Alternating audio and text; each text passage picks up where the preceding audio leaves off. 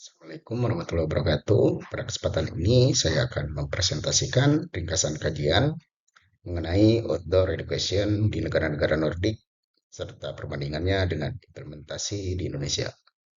Khususnya di sekolah saya yaitu di SDN Bangsuan 3, Kecamatan Sukolilo, Kabupaten Cianjur. Presentasi ini merupakan bagian dari tugas tutorial mata kuliah MPDR 5303, yaitu mata kuliah studi komparatif pendidikan dasar di berbagai negara. Dan yang saya bahas bersumber dari artikel Freeman dan Persen tahun 2023. Artikel tersebut merupakan scoping review yang menganalisis 52 penelitian empiris mengenai outdoor education di 5 negara Nordik, yaitu Denmark, Norwegia, Swedia, Finlandia, dan Islandia. Fokus utamanya penelitian-penelitian tersebut adalah pada pendidikan dasar atau sekolah tingkat primary. Artikel ini juga penting karena negara-negara Nordik dikenal memiliki tradisi kuat dalam pembelajaran luar kelas yang terstruktur, sehingga menjadi rujukan internasional bagi pengembangan pembelajaran berbasis lingkungan. Dari kajian ini, kita dapat memahami bagaimana outdoor education diterapkan secara sistematis dan apa saja manfaat serta tantangannya, kemudian membandingkannya dengan situasi pendidikan di Indonesia. Di negara Nordik terdapat beberapa istilah terkait outdoor education. Yang pertama adalah UDESKOL dan atau UTESKOL, yaitu pembelajaran rutin di luar kelas yang difasilitasi oleh guru. Dalam model ini, siswa belajar di luar ruangan secara terjadwal, bukan hanya sesekali. Istilah kedua adalah prelude sleep, yaitu filosofi hidup yang menekankan hubungan manusia dengan alam. Konsep ini sangat populer di Norwegia dan Swedia dan menjadi dasar kegiatan pendidikan luar ruang seperti pendakian, eksplorasi hutan, dan praktik bertahan hidup ringan. Selain itu, pembelajaran juga dilakukan melalui fieldwork excursion dan konsep learning outside the classroom atau LOTC. Dengan demikian, outdoor education di Nordik tidak hanya berupa kegiatan rekreasional, tetapi terintegrasi langsung dalam kurikulum. Dari 52 penelitian yang direview, beberapa tema utama muncul. Tema yang paling sering diteliti adalah perspektif guru, mengingat guru memiliki peran sentral dalam merancang dan mengimplementasikan pembelajaran luar kelas. Berikut adalah tema mengenai hakikat outdoor education yang menjelaskan bagaimana pembelajaran luar ruang dirancang sebagai pengalaman belajar yang bermakna dan kontekstual. Tema lain juga muncul, yang dominan adalah well-being siswa atau kesejahteraan fisik dan sosial, serta pembelajaran kognitif. Studi-studi tersebut menunjukkan bahwa outdoor education meningkatkan aktivitas fisik, interaksi sosial, keterlibatan siswa, dan motivasi belajar. Beberapa studi bahkan menemukan peningkatan hasil belajar pada mata pelajaran tertentu seperti sains dan membaca.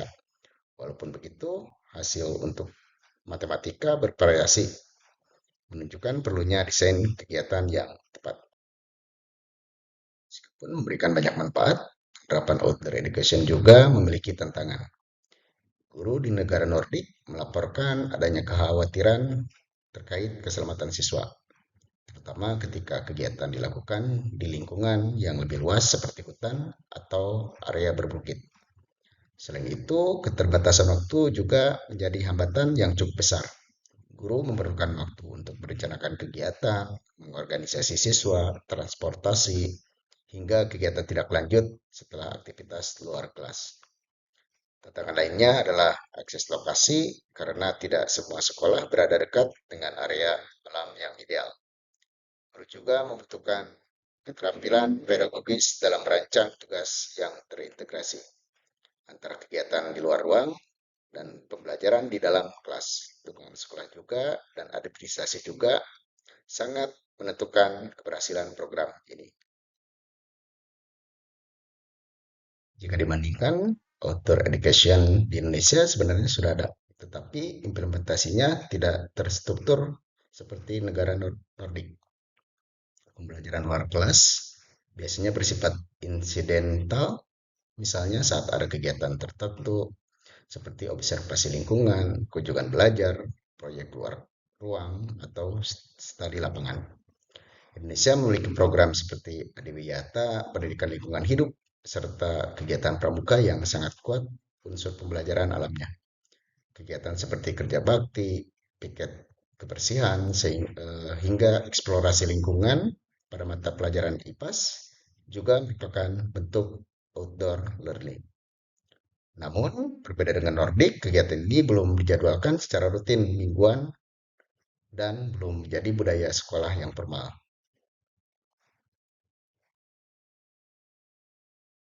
Di sekolah saya, yaitu di SDN Pancasila 3, outdoor education sudah terlihat dalam berbagai praktik pembelajaran sehari-hari.